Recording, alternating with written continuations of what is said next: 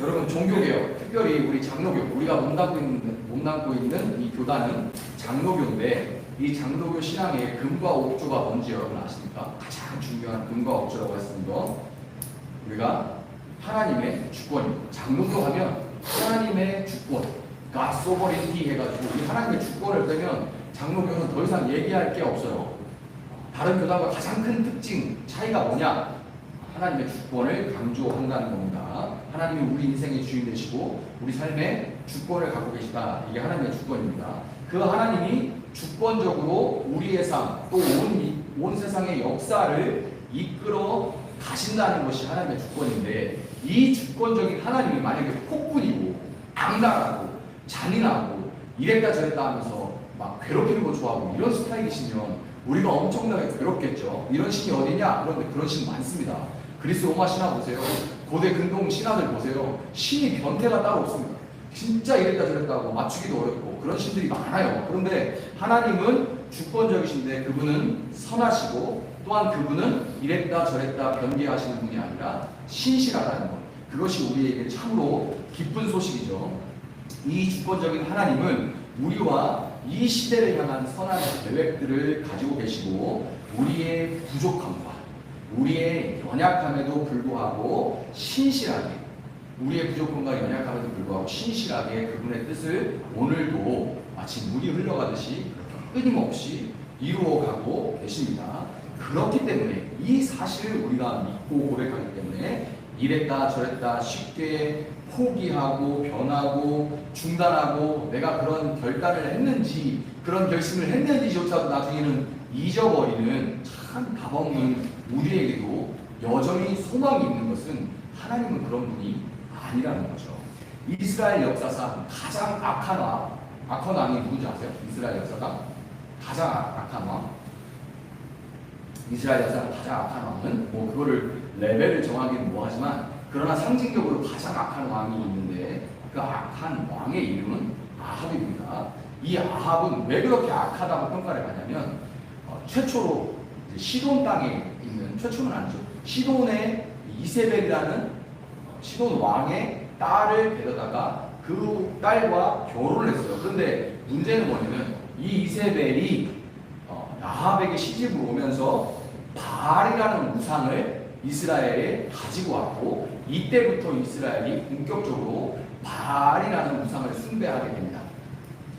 바알이라는 우상이 유대 땅에 이스라엘 땅에 미친 폐악이 엄청나기 때문에 이 바알 숭배가 시작된 이 아합과 이세벨 시기를 가장 악하다라고 얘기를 하는 거예요. 이 우상 숭배로 인한 영적인 타락은 하나님을 떠나 우상을 섬기는 이 영적인 타락은 반드시 윤리적이고 도덕적인 타락으로 이어지게 돼 있습니다. 여러분 왜 한국 땅이 지금 윤리와 이런 것들이 타락하냐? 왜 이러냐? 이러면 뭐 어려울 거 없어요. 영적으로 타락하기 때문에 그렇습니다. 영적인 건 영적인 거고 세속적인 건 세속적인 거지 이게 무슨 상관이 있습니까? 아니에요. 영이 타락하면 반드시 윤리적이고 도덕적인 타락, 부패로 이어질 수밖에 없고 이 윤리적인 타락은 사회 질서의 붕괴로 이어집니다. 반드시 사회 질서의 붕괴로 이어지게 되어서 경제와 교육과 국방 이런 곳으로 다 이어질 수밖에 없어요. 그래서 영적인 타락은 국력의 쇠락으로 갈 수밖에 없습니다. 이거는 연결이 안 될 것 같은데 영적인 타락은 국력의 쇠락으로 가게 되어 있습니다. 그럴 수밖에 없는 게 뭐냐면 우상 숭배 자체가 아주 간단하게 말하면 나한테 좋은 거 주는 것이 내 신이다. 나한테 좋은 거 주는 게 내 신이다. 라는 지독한 이기주의의 산물이기 때문입니다. 여러분 지금 개인주의가 발달한다고 하는데 개인주의 자체는 전체주의, 집단주의가 강할 때 그거에 대한 반발로 나온 거고 나를 중심으로 생각한다는 것까지는 그건 나쁘다고 말할 수 없어요. 개인주의. 근데 개인주의하고 이기주의는 다릅니다. 이기주의는 나만 생각하는 거예요. 이기주의는 영적인 타락으로 인한 영적인 타락, 이 우상숭배 자체가 이기주의예요. 나한테 잘해주면 그거 다 신이야. 나한테 잘해주면 그게 다 신이야. 하여튼 나만 좋으면 돼 라고 생각하는 게 우상숭배이기 때문에 자, 이 우상숭배는 이렇게 영적인 윤리적인 타락 그리고 사회 질서의 붕괴로 이어지게 되어 있는 거예요. 이 아합의 시대, 암흑의 시절에도 하나님은 주권적으로 하나님은 주권적. 그때 하나님 누구 좀 보내주세요 라고 누가 기도했는지 잘 모르겠어요. 그러나 하나님은 주권적으로 엘리야 선지자를 준비시켰습니다. 하나님은 주권적으로 하신 거예요. 엘리야라는 이름은 여호와는 하나님이시다라는 뜻입니다. 이름 자체가 여호와는 하나님이시다라는 뜻인데 하나님은 신실하게 엘리야를 통해서 여호와만이 하나님이라는 것을 이스라엘에게 나타내셨습니다. 지독한 어둠과의 싸움에서 엘리야가 개인적으로 완전히 번아웃이 돼가지고 나가 떨어졌을 때도 주권적인 이 하나님은 엘리야에게 바알에게 무릎 꿇지 않은 7,000명이 여전히 남아있다. 내가 그들을 신실하게 지키고 있다. 그러니 너는 낙심하지 말라 하면서 그를 일으켜 세우시죠. 하나님은 여전히 그렇게 일을 하신 거예요. 아합이 그래서 결국에는 이 엘리야가 그 시대에 활동하고 아합도 결국에는 죽고 말았는데 아합이라는 사람이 죽었다고 해서 이 영적인 어둠에서 시작된 윤리적인 타락과 사회적인 모든 문란함과 해이함이 쉽게 가시지 않았어요. 아합의 아들 아하시아와 그의 뒤를 이은 여호람은 바알로도 부족해서 바알만으로 안 돼. 그래가지고 바알에다가 바알의 짝꿍신인 제우스로 말하면 헤라를 데려온 거예요. 바알과 짝꿍신인 아세라까지 데려오고 거기다가 파리의 대왕이라는 뜻인 바알 제국까지도 다 수입해 왔습니다. 바알만으로 안 돼하고 이방신들을 다 수입해 왔어요. 우리가 이것도 섬기자, 이것도 섬기자. 야 이거는 주식에 특화하더라. 야 이거는 부동산에 특화하더라. 이 신들이 이걸 잘해준다더라. 이 신 이름으로 부적 쓰면 뭐가 된다. 이러면서 온갖 신들을 다 데려왔어요. 악에 악을 쌓고 또 그 악에 악을 쌓는 더 쌓는 이런 상황이 계속해서 벌어지는데 이런 상황 가운데도 주권적인 하나님은 여전히 엘리야의 뒤를 이어서 엘리사를 세우셨습니다. 하나님은 멈추지 않으시는 거죠. 엘리야의 뒤를 이어서 엘리사를 하나님은 주권적으로 신실하게 세우셨어요. 엘리사는 하나님은 구원이시다라는 뜻의 이름을 가지고 있고 하나님만이 참신이고 그분만이 우리와 세상의 구원이시라는 것을 이 엘리사라는 이름처럼 하나님은 여전히 우리에게 알리고 계신 거예요. 세상이 아무리 어두워도 하나님은 여전히 그 일을 해나가고 계신 겁니다. 시대와 관계없이 여러분의 부족함과 또 저와 여러분의 그 부족함과 연약함에도 불구하고 선하고 신실하신 하나님이 주권적으로 여러분과 우리 교회를 부르시고 세우시고 만들어가고 계세요. 저는 지금 시대가 아합과 엘리야의 시대, 아합과 이세벨 시대처럼 악한데 이 어둠의 시대에도 하나님은 주권적으로 우리 교회를 세우시고 또 우리의 연약함과 부족함에도 불구하고 신실하게 여러분 하나하나를 만나고 또 우리 모두를 만나서 하나님은 우리를 교회로 세우고 계십니다. 그리고 우리에게 엘리야와 엘리사처럼 여호와 하나님만이 참 신이시다는 것을 알게 하시고 알리도록 하나님이 여전히 신실하게 일하고 계세요. 그래서 우리가 우리 자신을 볼 때는 자빠지고 와 진짜 이게 답이 있나? 또 서로를 볼 때는 얘를 통해 기대라는 찬양을 했지만 기대가 안 된다. 이럴 수도 있습니다. 참 기대는커녕 절망이 된다, 낙심이 된다, 속상하다 이런 생각이 들 때도 있는데 그러나 하나님이 여전히 엘리야, 엘리사, 여호와만이 하나님이시다는 것을 우리가 알고 세워져 갈 수 있도록 하시고 서로를 향해서 하나님이 알게 하시고 세워가고 계시다는 것을 여러분 믿음으로 소망 가운데 인내할 수 있기를 바랍니다. 자, 주권적인 이 하나님이 다 하신다는 것이 분명한데, 자, 제가 말씀드린 대로 분명히 하나님은 주권적이신데 그분은 선하시고 신실하시죠. 자, 이것은 분명한데, 자, 오늘 본문에는 그 하나님이 이 주권적으로 신실하신 하나님이 통하여 일하시는 사람의 특징이 드러납니다. 이게 또 중요해요. 자, 하나님 주권적인 거 알겠어. 그게 우리의 위로와 소망이 돼. 우리 그런 하나님을 믿어. 그런데 이 하나님이 시대에 통하여 일하는 사람이 있고 그 통하여 일하는 사람의 특징이 오늘 본문에 분명하게 드러난다는 거예요. 엘리야의 시대가 저물어가고 그가 하나님의 부름을 입을 때가 가까이 왔습니다. 엘리야가 이제 이 세상을 떠날 때가 가까이 왔어요. 엘리야 시대가 저물어 간다는 것을 한번 생각해 보세요. 세상은 아직 변한 게 하나도 없는데 엘리야라는 이 영적인 검으로 세상을 떠나야 됩니다. 영원히 살 수 있는 건 아니잖아요. 그래서 어둠은 짙은데 빛은 사라져 가고 있는 거고 음식은 부패하는데 소금은 사라진다는 의미입니다. 지금 시대예요. 여러분, 세상이 썩어가고 있고 세상에 빛이 사라지고 영적인 어둠은 깊어지는데 소위 우리가 알고 있는 영적인 거장들은 다 하나하나 나이가 들어가고 그래서 분별력이 떨어져 가시고 한 분 한 분 세상을 떠나갑니다. 여러분을 지금 이 신앙의 자리에 있게 한 여러분의 부모님들, 여러분의 할머니, 할아버지들이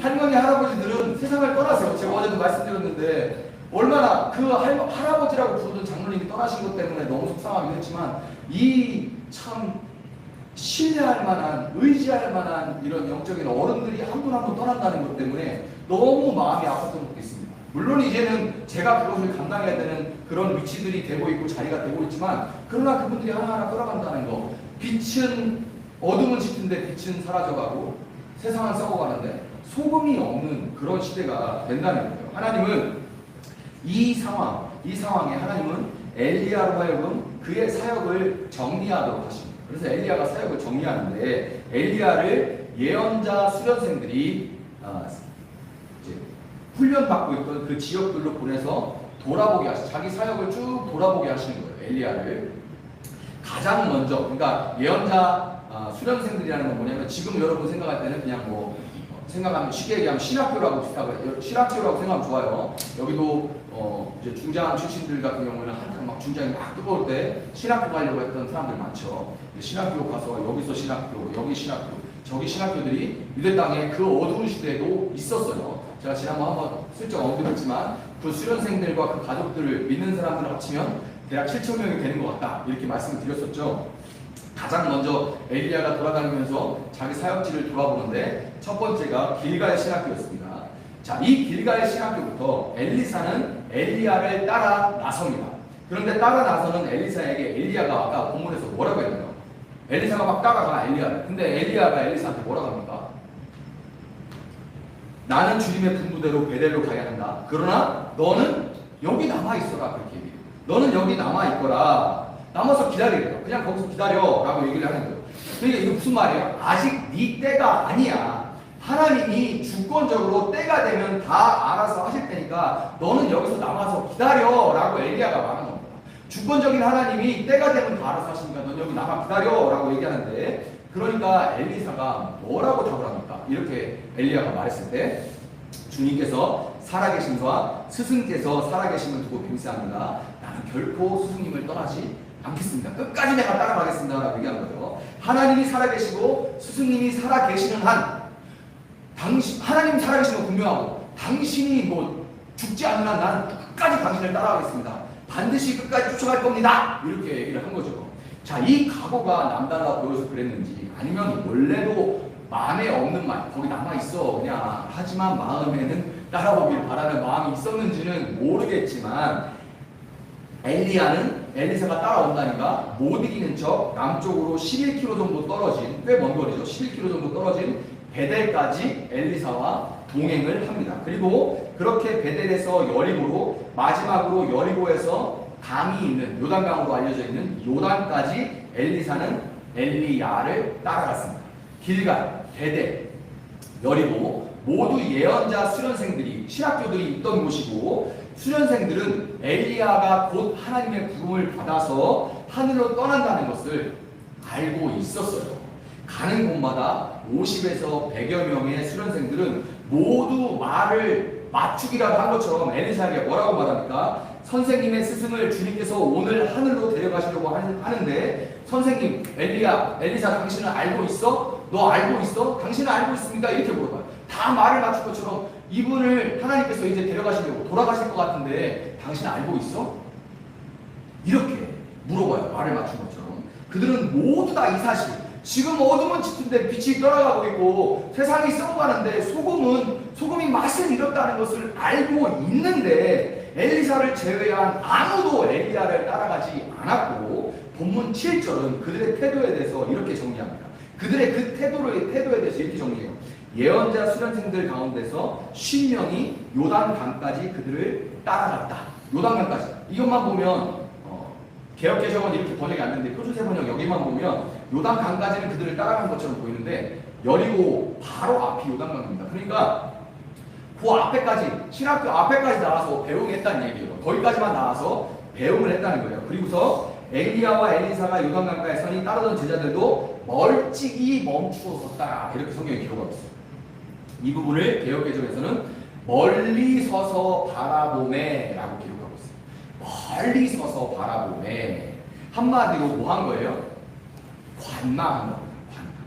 신학생들이 엘리사를 제외하고는 다 멀찍이서 바라보면서 관망한 거예요.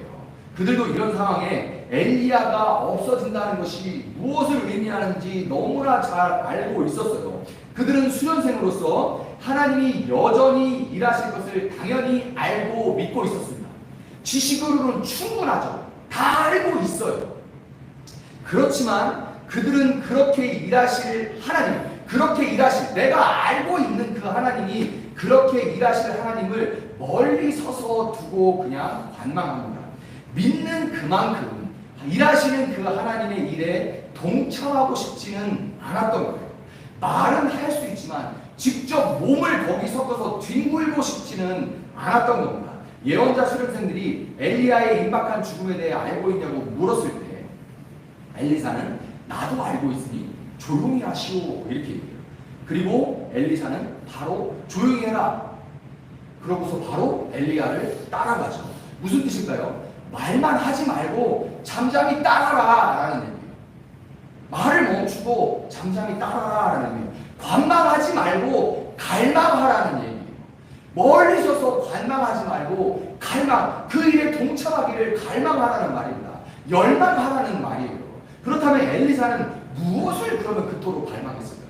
그게 중요하죠. 그럼 뭘 그렇게 갈망했는데? 가는 곳마다 끝까지 따라붙는 막 질질 졸졸졸졸 막 쫓아오는 엘리사에게 엘리야가 이렇게 물어봅니다. 주님께서 나를 데려가시기 전에 내가 너한테 어떻게 해주길 바라냐? 너 왜 이렇게 쫓아다녀? 뭘 해주길 바라는데? 너 뭘 그렇게 갈망하는데? 뭘 그토록 원하는데? 네 마음이 뭘로 가득해서 그렇게 열망하는데? 라고 물어보는 거죠. 엘리사는 뭐라고 대답해요? 스승님이 가지고 계신 능력을 제가 갑절로 받기를 바랍니다. 이렇게 대답을 합니다. 이 말이 예전에 저도 많이 들었어요. 부흥사님들이 이제 딱 이 설교하기 좋죠. 여러분, 엘리야의 영역의 영빨의 갑절을 원했던 엘리사처럼 갑절의 영빨을 기도하시기 바랍니다. 아멘. 그러고 쥐야 막 이렇게 기도했어요. 이거 뭐 너무 좋잖아요, 이거. 근데 여러분 이거 조금만 이성을 가지고 생각해 보면, 자 이제 우리 호빈이가 와서 호빈아, 내가 너를 위해서 뭘 기도할까? 이렇게 제가 얘기를 했다 했어요. 호빈이가 목사보다 2배는 잘 돼야 되지 않아요? 이렇게 얘기를 하면 제가 호빈이한테 너 참 열망이 대단하구나 그렇게 얘기할 것 같아요. 참 대단하다 속으로는 진짜 이렇게 말하겠죠. 이거예요. 이거 말도 안 되는 겁니다. 그런 뜻이 아니에요. 당신의 2배의 영적인 파워, 영빨을 갖기 원한다 그런 말이 아니에요. 이거는 굉장한 스승에 대한 모욕이라서 그런 말의 뜻 자체가 아닙니다. 유대 문화에서 갑절은 장자에게 주어집니다. 장자에. 그리고 여러분, 장자가 왜 갑절에 재산을 받는지 알죠? 부모를 모시기 때문에 그렇고 부모의 일을 그대로 물려받아서 하기 때문에 장자에게 재산을 2몫을 주는 거예요. 그냥 장자니까 무조건 주는 게 아니라. 따라서 엘리사의 이 대답은 스승인 엘리야가 하나님 앞에서 감당했던 그 사역을 장자로서 고스란히 물려받고 싶다는 거예요. 그러니까 지금 엘리사만 생각하고 있는 거예요. 스승이 가면 이 어두운 시대에 어둠은 전혀 거치지 않았는데 이 일을 누가 물려받는가? 그가 했던 사역을, 그 썩지 않게 하는 사역을 누가 물려받는가? 다른 사람은 다 관망하고 있는데 관망하는 것으로는 안 돼. 나는 이것을 내가 물려받기를 갈망한다라는 거예요. 물론 엘리사는 엘리야가 사역을 감당하면서 겪었던 이 희생과 포기와 가난과 고난은 볼 줄을 모르고 이런 걸 안 보이고 엘리야가 이제는 영적인 거장이 돼서 사람들이 우리 엘리야 선생님 이렇게 하는 어떤 사역의 열매나 사람들의 인정만을 그런 엘리야에 보여지는 것만 보는 그것만을 기대하는 그런 철부지가 아닙니다. 엘리사는 그런 철부지가 아니에요. 오히려 엘리사는 이 엘리야의 장자로서 그것을 물려받아서 그 길을 걸어가면 어떻게 될지, 어떤 일들이 있지, 어떤 아픔이 있는지 그 희생과 포기와 가난과 이 고난을 알고 있었기 때문에 오히려 영적인 갑절의 영적인 능력을 구했던 거예요. 왜? 그것을 내가 내 힘으로는 감당이 안 됩니다. 저 가난한 거 싫어요. 저 희생하는 거 싫어요. 저 포기하는 거 싫어요. 저 나누는 거 싫어합니다. 제 본성으로 그거 못해요. 그런데 저는 이것을 갈망합니다. 왜냐하면 지금 시대에 당신의 사역을 물려받아서 이 빛과 소금으로 살아가는 것은 너무나 감당해야 되는 일이기 때문에 저는 이 일을 갈망합니다. 그리고 이건 내 힘으로 안 되기 때문에 당신의 영역의 2배를 나에게 주시기를 원합니다 하고 그는 갈망했던 거예요. 엘리야가 엘리사와 함께 요단강가에 섰을 때 그는 자기의 겉옷을 벗어서 말아서 강물을 쳤고 그때 물이 막 이제 요단강 물이 쫙쫙 좌우로 갈라지면서 두 사람은 물이 마른 강바닥을 밟으면서 요단강을 건너갔습니다. 자, 근데 요단강이 갈라지고 거기 안에 마른 땅을 둘이 건너가는 이 장면 여러분 어디서 많이 본 것 같죠? 어디서 많이 봤어요? 출애굽한 이스라엘이 광야를 지나서 가나안에 처음 들어갈 때 일어났던 일입니다. 그렇죠? 이제 광야를 지난 다음에 거기서 요단을 건너서 가나안 땅에 들어갈 때 있었던 일이에요. 믿음으로 요단강을 건너서 가나안 땅에 첫 발을 내딛었던 이스라엘은 세상을 상징하는 이집트의 노예 시절의 수치, 이 수치, 내가 노예로 살았고 사탄의 노예로, 마귀의 노예로, 세상의 노예로 살았던 그 순간들, 하나님을 알지 못하고 세상을 위해서 바벨론을 위해 살아갔던 그 시기, 그 수치, 부끄러움이 굴러가 버렸다라는 의미로 그 땅을 길갈이라고 했습니다. 길갈은 굴러갔다 이런 뜻입니다. 굴러가 버렸다 이런 뜻입니다. 자, 그리고 길갈을 지나 바로 나타난 여리고를 그들은 믿음으로 무너뜨려 버렸죠. 그리고 그 이후에 그 여리고 다음에 있는 베델은 하나님의 집이라는 뜻으로서 이스라엘의 조상 야곱이 성전을 지었던 것입니다. 자, 그래서 수치는 굴러갔어요. 그리고 믿음으로 여리고성을 무너뜨리고 거기에 하나님의 전을 지었던 이스라엘의 장면이 지금 여기에 있는 곳곳마다 거기에 신학교들이 세워진 겁니다. 아합과 이세벨이 다스리던 어두운 시대에 하나님의 백성들마저 하나님을 잊어버리고 세상을 쫓아 살던 그 시대 엘리야는 그의 평생에 여호와만이 참 하나님이시라는 것을 증거하고 하나님의 백성들이 다시금 수치스러운 삶을 뒤로하고 믿음으로 여리고와 같은 강력한 문제들을 무너뜨리면서 가는 곳마다 하나님을 예배하는 성전된 삶을 살아가도록 그 이스라엘 사람들을 가르쳤습니다. 그리고 그 엘리야가 떠났을 때 14절과 같이 엘리사도 동일한 일을 행했습니다. 엘리사도 동일한 일을 행했습니다. 하나님과 그분의 나라를 위해 사명을 감당할 수 있기를 열망하고 갈망하는 엘리사에게 하나님은 주권적으로 엘리야에게 부어주신 그 은혜와 능력을 동일하게 엘리사에게도 부어주셨고 그를 통해서 시대의 어둠과 아픔을 밝히는 그 선하신 일을 하나님은 신실하게 수행해 가셨던 겁니다. 여러분 기억하시기를 바래요. 갈망한다고 해서 모두가 하나님의 일에 동참하는 건 아니지만 갈망하는 것이 없이 하나님의 일에 동참하는 사람은 아무도 없습니다.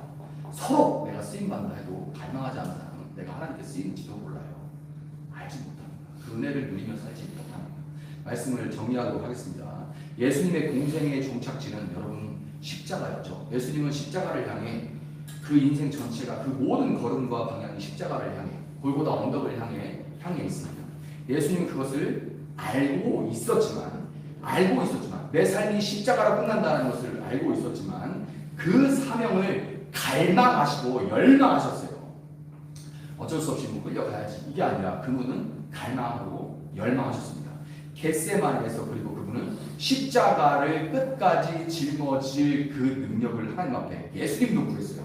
예수님도 그 일을 갈망하면서 이 일은 꼭 해야만 해. 하나님은 주권적으로 십자가를 준비하셨죠. 그러나 그것을 행하시는 예수님도 겟세마네에서 하나님 저런 제 능력 예수님 내 이 잔을 옮겨주십시오 하실만 하거든. 그러나 아버지 때려달라고 씨름하는 가운데 땀방울이 핏방울이 되도록 기도하면서 그 일을 감당하셨죠. 열망하고 갈망하시고 능력을 구하신 거예요. 여러분 패션 오브 크라이스트라는 말은 예수님의 순환이라는 패션이 순환도 있지만 또 우리가 잘 알듯이 패션은 예수님의 이 갈망, 열정, 열망을 의미하는 겁니다. 동시에 수단과 갈망, 열망은 같은 말인 거죠. 주권자 하나님이 여러분을 향해 또 우리 교회를 향해 놀라운 계획을 가지고 계시고 여전히 신실하게 일하신다는 것을 여러분 믿으시기를 바랍니다. 그리고 그분의 그 일에 바로 내가 우리 교회가 동참하기를 갈망하면서 적극적으로 그분의 일에 뛰어들어 뒹굴면서 여러분들이 그 일의 팀으로 하나님 나를 사용해 주시기를 원합니다. 나를 보내주시기를 원합니다. 사모하는 여러분 될 수 있기를 예수님의 이름으로 축복합니다.